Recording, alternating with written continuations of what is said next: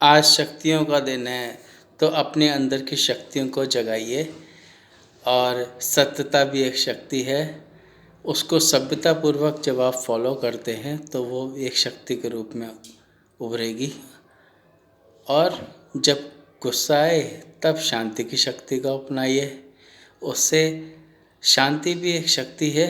और जब आप साइलेंस में रहते हैं तो बड़े बड़े कमाल होते हैं।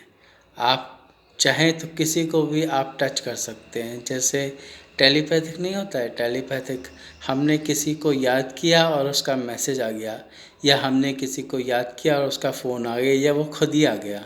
तो ऐसा होता है। आप एक आत्मा हैं और आत्मा के अंदर अनेकों शक्तियाँ होती हैं, जिससे एक जगह रह के आप अनेक जगह का अनुभव कर सकते हैं। जैसे मैं अभी आपसे कहूँ कि आप अपने घर में पहुँच जाइए और आपको उस जगह जाना है जहाँ आपका फ्रिज रखा है। आ गई ना इमेज ध्यान में? अच्छा, अगर अभी मैं कहूँ कि आप ऑफ़िस पहुँच जाइए और ऑफ़िस में आपका कैंटीन कहाँ पर है, आप वहाँ पहुँच जाइए। तो देखा आपने, ऑफिस के कैंटीन का पिक्चर आ गया आपके चेहरे पे। और अगर मैं आपसे कहूँ कि आपके घर के पास में जो मॉल है, उस मॉल में जहाँ पर आपको राशन का सामान मिलता है, उस सेक्टर में पहुँच जाइए, तो उस सेक्शन में पहुँच जाइए। पहुँच गए आप। कहने का मतलब ये है कि आप एक ही जगह होते हुए भी आप मन से कहीं भी पहुंच सकते हैं, बुद्धि से कहीं भी पहुंच सकते हैं। तो बुद्धि को जो है वो आप हंस विवेक समझिए। और पुष्पक विमान के द्वारा, हंस की सवारी के द्वारा, जिसको कई बातों से वर्णन किया गया, उससे आप उस पे सवार होकर आप कहीं भी पहुंच सकते हैं।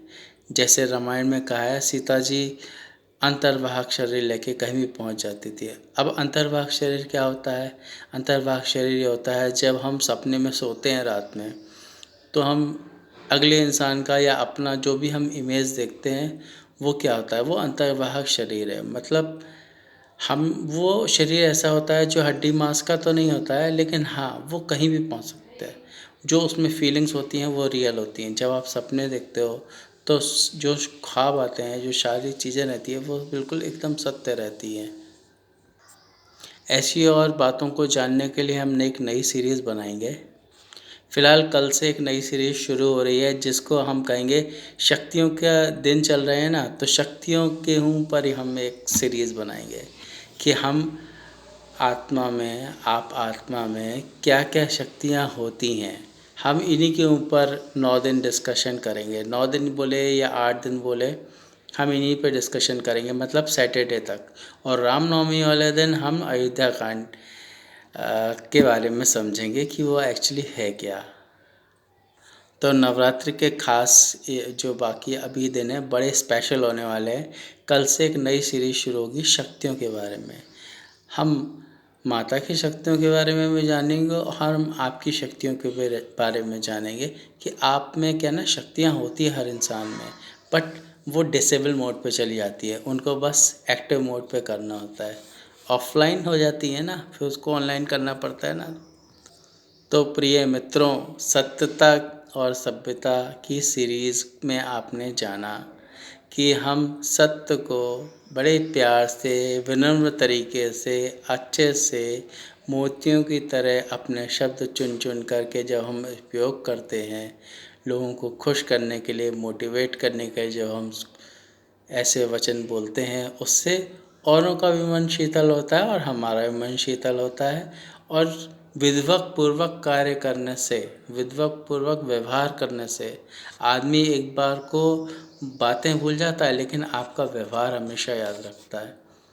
तो उस व्यवहार पूर्व अच्छे से व्यवहार करने से व्यक्ति का व्यक्तित्व बड़ा सुगंधित हो जाता है। तो उम्मीद है आप इस सीरीज़ को बार बार देखिए, स्टार्टिंग से। अगर मिस कर दिया हो तो पहली सीरीज़ से लेके आखिरी सीरीज़ तक बार बार देखिए और जीवन में आप उसको अपनाइए। इसी के साथ बहुत बहुत शुक्रिया। Thanks for watching full series. ध्यान रखिए, कल फिर मिलते हैं एक नई सीरीज़ के साथ। Bye bye.